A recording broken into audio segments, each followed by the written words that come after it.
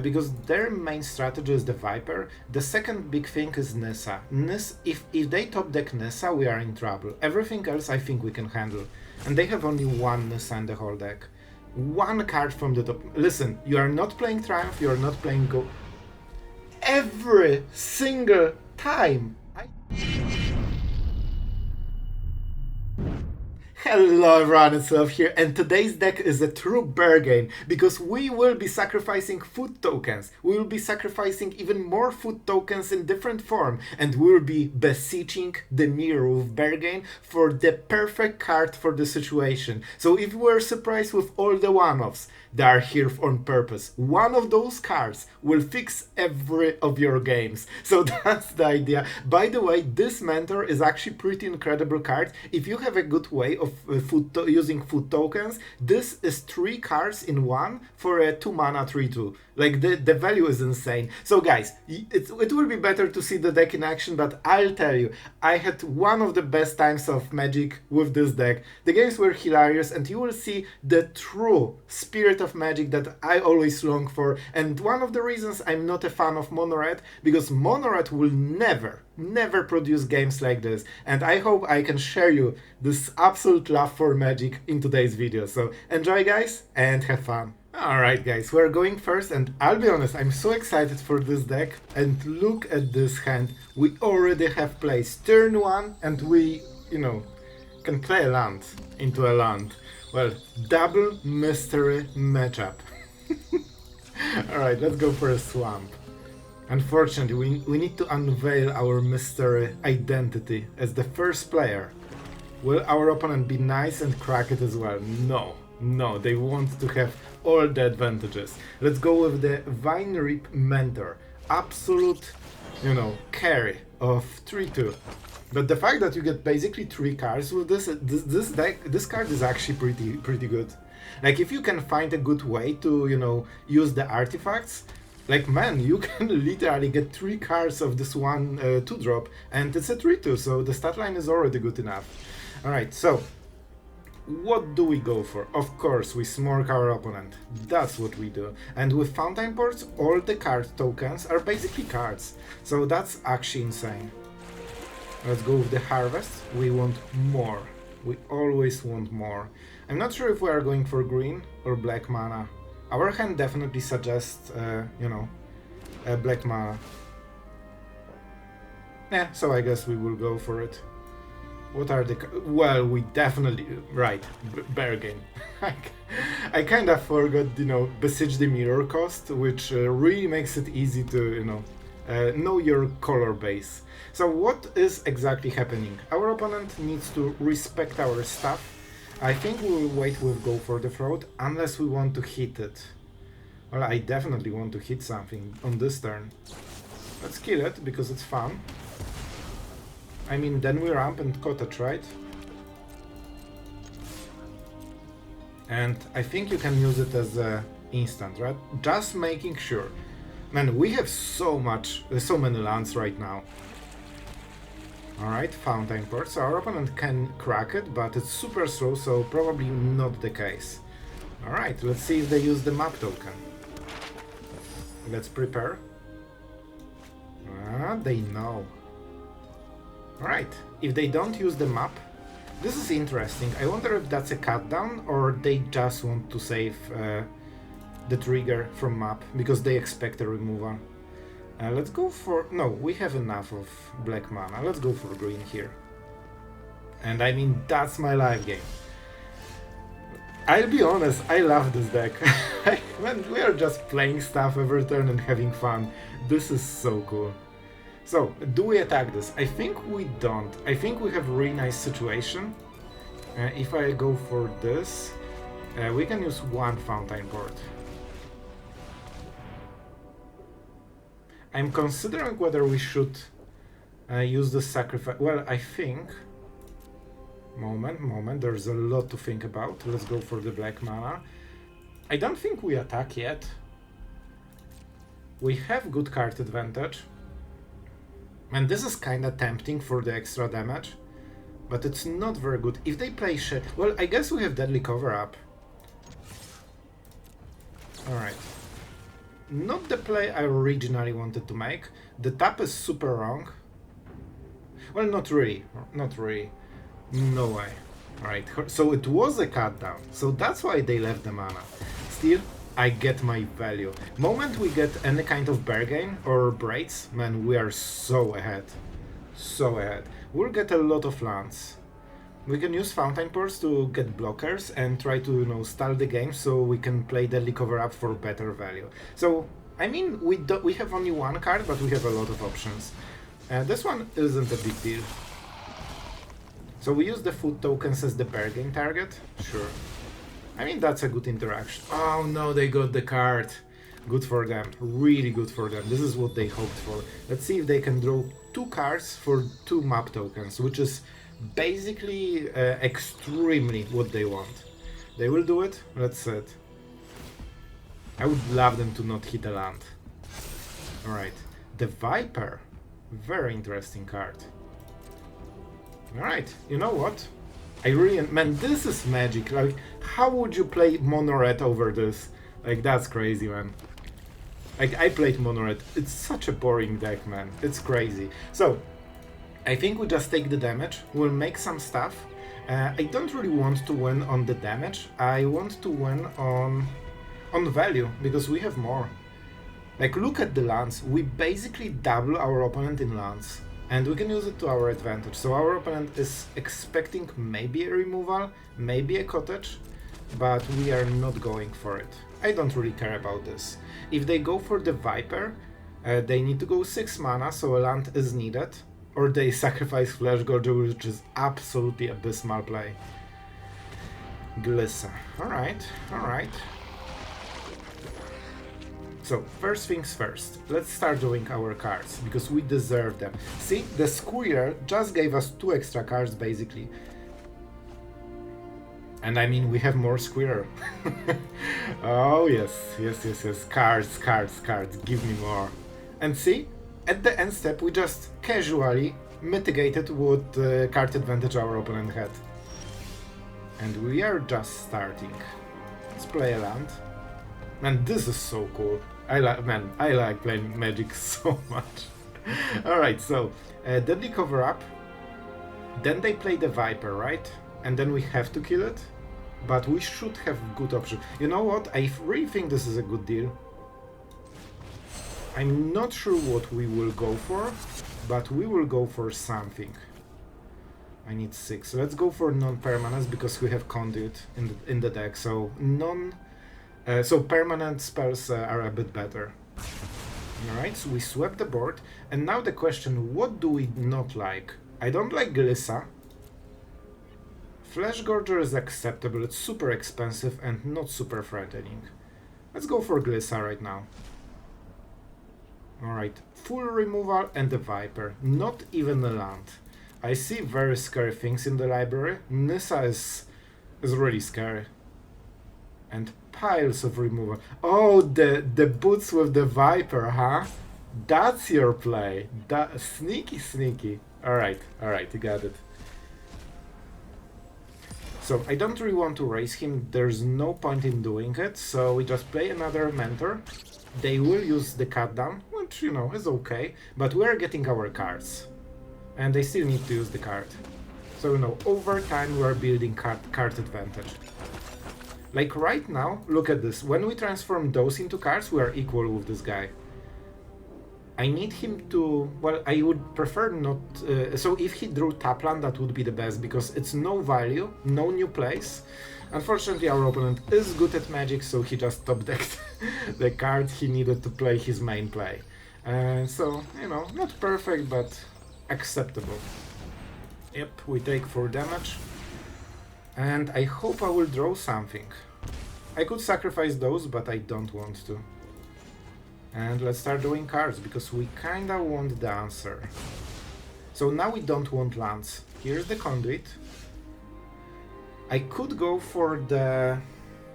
If we go Conduit, this is kinda okay, like I can take 8 damage, but they will... So this will be 14 damage. Well, I guess we have to go for this play.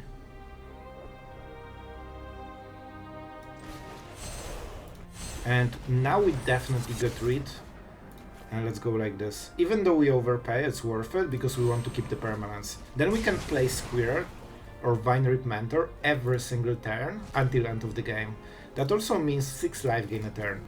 Because their main strategy is the Viper. The second big thing is Nissa. If they top deck Nissa, we are in trouble. Everything else I think we can handle. And they have only one Nissa in the whole deck.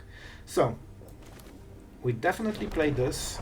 Do I want Conduit? I don't think we do. On this turn we want to make some tokens, draw some cards.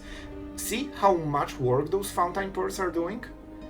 And we can use Demolition Field on their Fountain Port, so if they make a token, they will never use it to draw a card.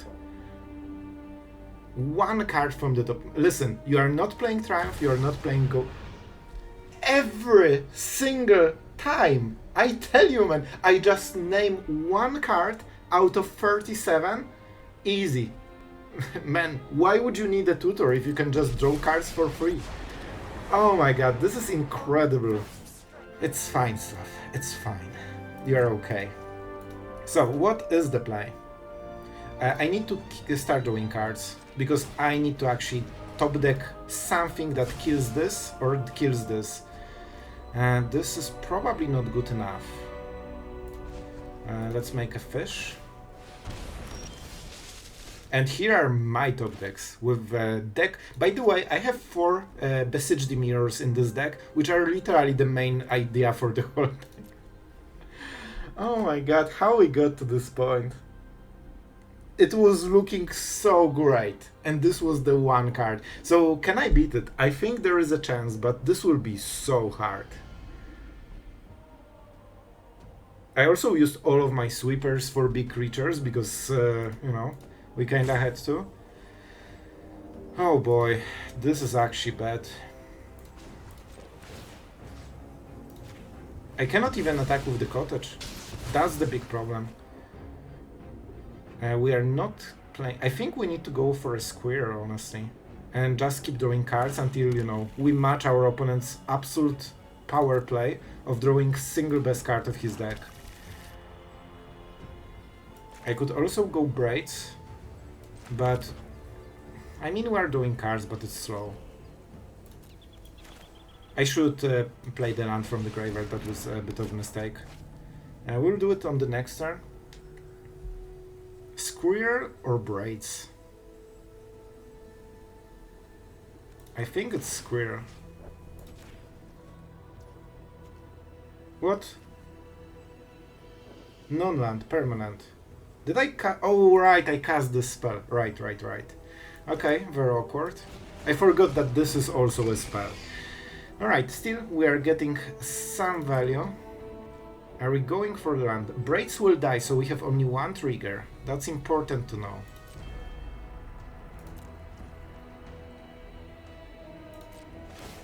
I honestly think we start sacrificing lands, right? They need to match it. To be fair, this is kind of the problem, because they already played the best card of their deck, so now they actually can sacrifice lands, because they already ramped to everything they had. So, I could, I guess, sacrifice Braids. We can always replay her later. You know what? This is actually the best play. This is such a... I've never done it, but in this situation it's better, because if they try to kill this, we just sacrifice it in response and draw a card. But if they target Braids, we cannot sacrifice it. Well, here we go. More high value lands. Oh my god, this was going so great, and the draw discrepancy is absolutely amazing. I have 4 Beseech the Mirrors in those 33 last cards. You know, the card that whole deck was designed around. And they have 1 Nissa. Listen, I'm salty about this one, and I think I have a good right to be. So what is our opponent doing? They will make another token. However, if they... Okay, I think we take this damage. They will have to use removal for the fish. We'll make a fish and they will kill both of them probably. Unless they are keeping, you know, removal for the cottage, which is probably the case. I need to start hitting Nissa somehow. Sure. Oh, they did... That's important. I don't really super mind it. Like, we actually have a lot of hidden value. Let's make a fish. Listen, we need to work with what we have. And our draws are really not amazing. Alright, what are you? Not great in this situation. So if I activate the cottage, yeah, I think we have to go with the fish here. And we'll use the prank on the next turn. This is kinda okay, right? Fish need to do some serious work, but maybe we can get there. They're not using... They should use one of the removal spells. We still draw a card, so they don't get as much, but I think it's worth it. Alright, down to 3. Interesting. We play the cottage, and we'll try to make 2 more fish. Right now they cannot kill us easily. So the gameplay is either drawing card that instantly wins us the game, like a removal, or a removal for Nissa, because we have those, or maybe we try to survive.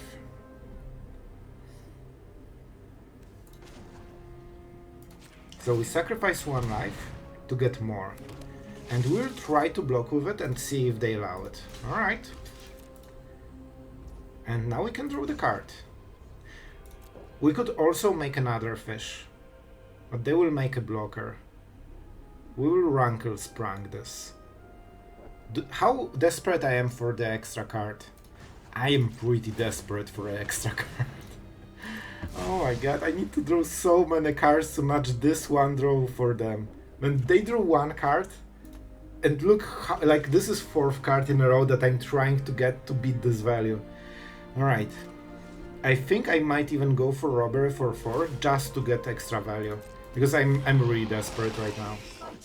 Also, if we play this... Alright, this is strong, but we should be able to draw a removal. They have 1 removal open here. They should use the map token, right? Because they have still 2 mana. Alright. You know what? I really think we can do. Thank you. Keep it. Keep it. See what happens. It's a good card. You want it. Yes. No, they... Oh my god, that was... He couldn't know. It is just RNG, man. Alright, this is not our game, man. I'm going for 4 just because I need to draw something, man. Please, from any of those 2 decks. I need something that is as good as Nissa. It's such a shame that they discarded this. This was the...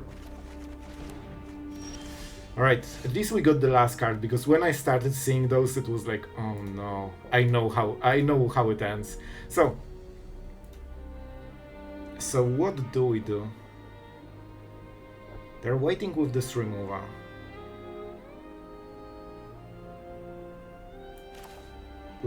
Well, I think we'll play the land, yeah. Right, this one gives hexproof? No, only ward. Oh, the ward is super interesting. But they will just answer with... Alright.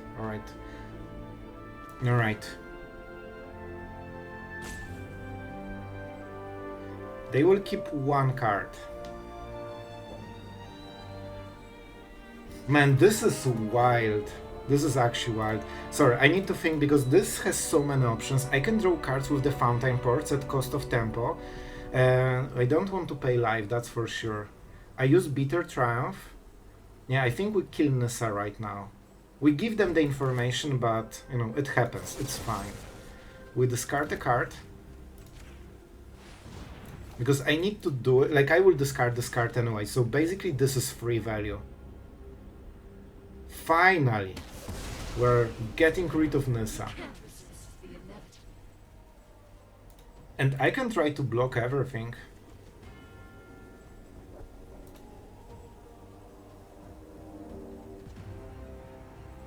I think we have to. I think that's the play. We can block Sentinel with our Cottage. Like, we are winning the value game. What you have seen, like, in the last 5 turns was negating his insanely good top deck. If he didn't draw Nissa, he would be so far behind right now that he would be scooping. But this gave him, what, like, 15 in stats? And, like, 3 cards. We had Conduit, we had so much more. And we needed to use Robbery just to counter her. So this is what happens if your opponent has a really good draw. Like, you need 5 extra turns to mitigate it, but he should be falling behind. He's postponing the inevitable. I mean, I guess they can start going for the cottages, right? With the removal they have in the hand. This will be harsh, but we can block everything and draw a card. Or just block 2 of them and draw 2 cards, which I think is better. We only get hit by 3 damage. I didn't see if they play Shelly. They don't have the Viper. Yep. I honestly think we just go for the cards. Like, we know about this removal. Moment we have no creatures, we can go for Rankle's Prank. All we need is 1 removal spell. And 1 removal spell so we can sweep the board fully. Oh my god, we only needed 31 cards for one of our main 4-offs. Alright, alright.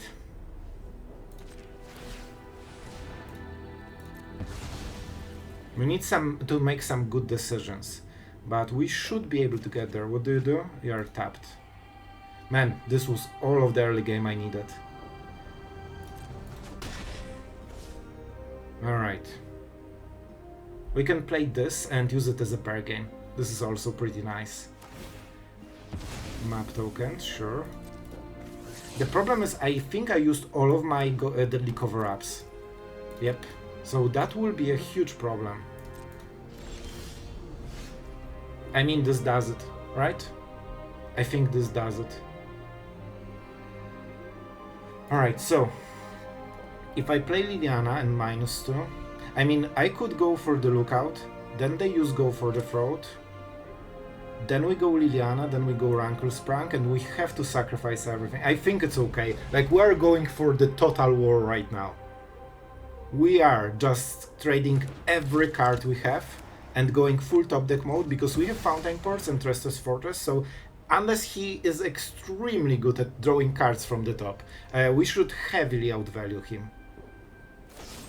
Good call, but he doesn't know that it costs them cards, and they will have to discard 2 of them. And I like this plan, this is so good. They will be at 2 creatures. This was exactly why I included the Rankle's Prank. Because there is a scenario where you kill the board and discard their whole hand. Alright. So what is the play? I could Beseech the Mirror as well, but I don't think I have better answer than Rankle's Prank. We could also not discard cards and keep Beseech the Mirror for the perfect answer. You know what? I kinda like it. That also gives us more mana. But man, getting rid of 2 cards is so good here. Especially with Liliana. Listen, I'm going greed mode. Well, I'm happy I drew my Beseech the Mirror, you know, on turn 15. The one moment I actually am too out-tempoed to cast this. Oh man, the draw is getting absolutely opposite of what it should, but I think we're still winning this. I hope they will use Bitter Triumph for Liliana. That's good. That's really good. Let's play the land. We actually need as many lands as possible. We could go for the boots, but I don't want to go for the boots. I need to start getting the value from all the Fountain Ports. He has 1 draw. We took 5 turns to mitigate the last 1 draw, and when they don't get another like super heavy bomb, you see what happens. They instantly lose because against Fountain Ports they are basically 2 cards a turn behind. Alright, opponent goes first. Well, this will hurt. We just need 1 black mana and everything will be fine. Everything. Here we go. Alright, a little bit slow start. We are also on the draw with double tap lands, but we should be able to survive it. Breathe, Sloth. It's fine. It's fine. The bat cannot hurt you. It's not real. Except it can take your cards and make your day miserable. Alright, so their choices is Eclipse or Liliana. However, if they take any of them, we threaten the other one. Oh boy, look at this draw. Man, how can you be so good at Magic? That's crazy. This is probably the one draw that, man, really gets them here. I think we will win. I think with this draw we should win. Oh, Phyrexian. Are you actually serious? I tell you, man, every single time. It's multiple bats in 10 cards. No, no. To the bat army, I say no. You can look, you cannot touch. Huh? Sounds familiar. So let's go for the forest and Liliana. And yes, your reign of bats has ended. I think with this, let's play the land that they have seen. It's also kinda tempting to go for Eclipse. I don't think we'll get better targets. I might be wrong, but I think it's a good way to preserve Liliana for their 4-drop. They went with Phyrex, and usually most players name the type they have in the hand, because it's way easier than, you know, remember your whole deck. Or just Liliana Incas. Alright, you want to play into this, play into this card game. That was super cringe, but listen, I'm split between the gameplay and commentary.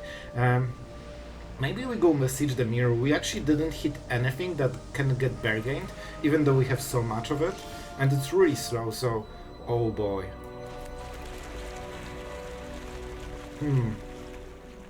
There is a bit of a problem with this play. Even though we can get them to 0, and then they just play whatever they draw and get free value from us. I don't like it. I actually don't like it. They didn't like the heist. So I could make a creature and start attacking Liliana. It's not bad. It's actually not bad. I could wait one turn. If I hit a land, I could go Heist into Lookout. That means extra lands, which is really nice. I really go with the Heist, man. What other options we have? The fish is not amazing. Yeah, sorry man. I know it took a while, but it's a really hard turn, man. They're pressuring us like crazy for every single turn. Sure. I honestly think it's a prank. I want to keep Liliana. They have so little cards that we probably won't discard to, nor remove to. Alright, here they come. However, that means we have the fish that starts pressuring Liliana every turn. Perfect. That's really good. So, we attack with the crazy fish. Look how aggressive it is. Man, it has a bloodlust in its fish eye. Now we go Lookout. And I think we'll be nice to our opponent and just gift something. You know, they need some help. And that means a land. I think we go with Demolition Field here. Here we go. It's mine. Mine. The Fountain Port is good though. I wish I could remove it. Alright, so they can level up the class. I think they have exactly 5 mana. No, they don't have enough green. Did they just top deck removal? Are we again in this kind of game? I mean, I have their Liliana, so it's fine. Alright. I mean, you have no blockers, bro. And you can see how big of a difference fish made. If not fish, we would not kill this. Please go away. I don't want you even in the graveyard. And we solved one of the biggest problems, and now we have food token, which with Braids means that we are getting huge cards. Finally, a decent draw of I do nothing. Alright. Still, they can win with 1 card. Alright, they don't have the mana. Oh man, this robber is so epic. Do I go for it? 4 cards? You know what? I think it's good enough. I think it should be good enough. We want to do it now so we can play a land. And, you know, just keep doing stuff. We have double cottage, Fountain Port, Demolition Field, like we can use so much. Oh man. Not a single land though. Do we trade the fish? No, we attack. This is a bloodlust fish. They can trade 1 for 1, but that means they don't have the card. Alright, they're not level 3, so even if they top deck Raska, they cannot win the game yet. And they really want to level it up. 4 mana. That means they cannot do anything on this turn. Alright, and we have the perfect card, but isn't it more perfect to go like Aklazot here? Sure, that puts even faster lethal, right? We have 2 mana. Alright, I think this is better. I want to put as quick of a clock as possible. Because I don't want him... Like, I have no counterplay to Vraska. I need to kill him. That's my counterplay. And every card right now will super hurt. If they make creatures, we kill them. To be fair, I think our opponent drew 3 lands in a row, so that's a little bit of the rough side. Alright. Oh man, we actually have such good things in the graveyard. We also have a land for sure, right? No. You know what? I don't think we are going for the long game with Conduit. I think we are going for as aggressive play as possible. I would prefer to play Braids into Glissa. I don't have lands. I cannot play them on this turn. No point in killing lands, they have too many. Yeah, so we will give them additional draw. They need to make all the fish things. If they keep the card, we can always discard it with Liliana. So whatever they do, we should be able to make a good counterplay. Man, they actually took all the damage. I think they're hoping they will get a winning top deck on the next turn. This is... well, I guess we have to do it. Alright, so what is the play? I cannot really double play stuff, right? No, I can, because Glissa is colorless. I probably should Beseech the Mirror and do something smart, but not feeling like it today, you know? We won't make smart plays today. Just the usual ones. Alright, I can draw... oh, but I will draw a land after the end step, so I cannot play it on this turn for, you know, the landfall. They cannot match it unless they go for Mirex. The live game doesn't matter, so their plan is to hope to top deck Raska and win the game with the talent combo. They have 2 cards, I think. Alright. And now they can sacrifice it or make a fish.